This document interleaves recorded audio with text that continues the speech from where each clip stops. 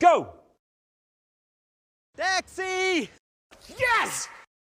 I'm so proud of you, I could cry. Let's go, let's go, let's go.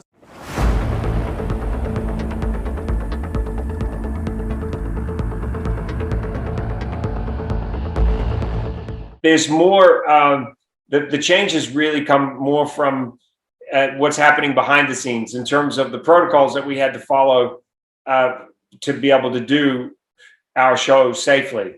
So there will be a couple of changes visible on the air. We do have a plane that we're using. That's a safe way of getting from one city to another as opposed to using public transportation.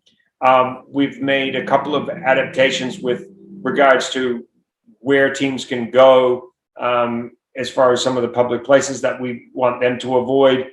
But for the most part, the viewer shouldn't see a major change in what the show looks like. It's more of a behind the scenes process thing.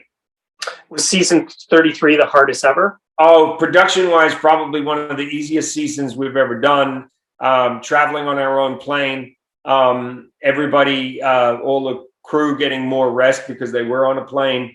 And just because everything had to be much more scheduled because we were all getting onto one plane. A lot of times on race, we're getting spread out over many countries and spread out over, with many different planes going to the same place, scattering all over the place, and then, converging in one destination. Whereas here it was everybody on a plane going to the next destination, all as one, all on it, at a particular time, a set scheduled time where we would fly. Very different from the randomness of unusual season, which is incredibly taxing, where we don't get a lot of sleep. We got more sleep on this race, or at least I know I did. I got more sleep than I've ever had on any season. I felt more rested by the time I got through the season than any other. And that had a lot to do with just the way that we scheduled things with the COVID protocols. I'm a big fan of the show. I've been on a leg of Amazing Race Canada. Phil, I'm wondering though, is there a strategy to winning the Amazing Race? I think if you look at the winners, they do certainly have some things in common, but there's a lot of differences if you look at the different winners as well. We've had winners who have been quite dysfunctional. They haven't always necessarily got on in ways that you would think of a winning team getting on. I think ultimately there's a lot of luck involved.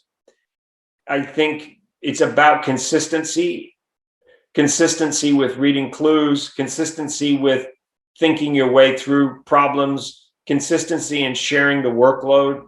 Some teams implode because one team member wants to do more than another.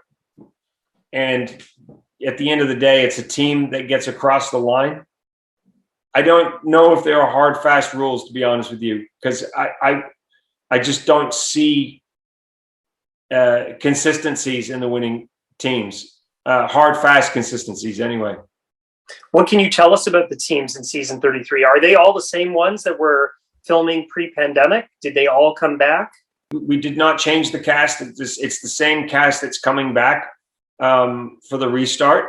They are all people who have an interesting dynamic story. They're people that caught our attention through the zeitgeist. Akbar and Sherry, who are former D1 basketball players, for instance, who now have set up an after schools program. Oprah gave them some money to help them with that program. We've got Anthony and Spencer, who helped to get rid of that disastrous situation on the train going to Paris, where they held down a terrorist. So they're all people who have a really dynamic, interesting story.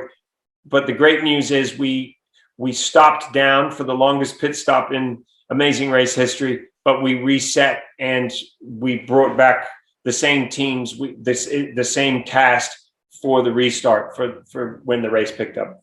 That's cool. They must be all like super physically fit after lockdown.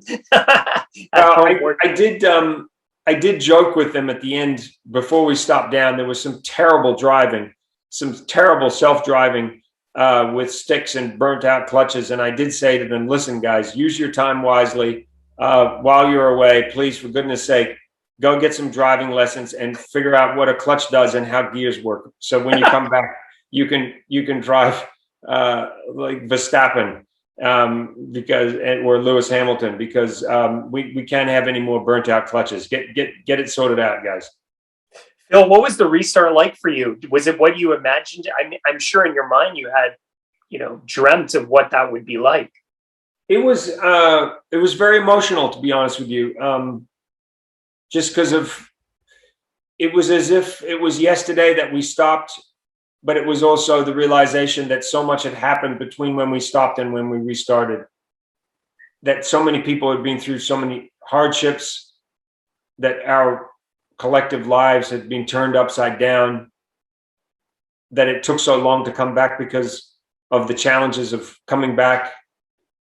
There was a sort of sadness about how the world had changed, but also a sense of hope and happiness about, let's go do this. Let's go back and do what we all love about the Amazing Race, which is celebrating the world. And let's get back out there and let's do this safely and let's have fun. So it was like no other start we've ever had. And like I said, it's sort of a mixed emotions. Okay, before I let you go, Phil, 20 years The Amazing Race has been on TV. It's crazy to think all those seasons, the spinoff in Canada. Why do you think the show, the franchise, has just resonated with so many millions of people over all these many years? There's an escape aspect to The Amazing Race, which I think is in a lot of people, which is what would happen if you just packed up your bag and headed off out into the world looking for adventure. It's something that a lot of people fantasize about. I just met a woman. I'm in New Zealand. I'm here in Queenstown, and I was walking up the street yesterday. I had a mask on, and this young girl recognized me, and she said, "Oh my God, Phil, I just want to tell you, because of The Amazing Race and having listened to one of your bucket podcasts, I just got up and left Iowa and packed up my bag, and I came out to New Zealand." And this is a few years ago. And I think it's about that. Not everybody can do it because of their circumstances, but I think everybody wants to, and certainly the fans who watch our show dream of it. And so watching the show is a chance to do that vicariously. If they can't do it themselves, I think they love being able to experience it through the eyes of people that they connect with and people that they identify with.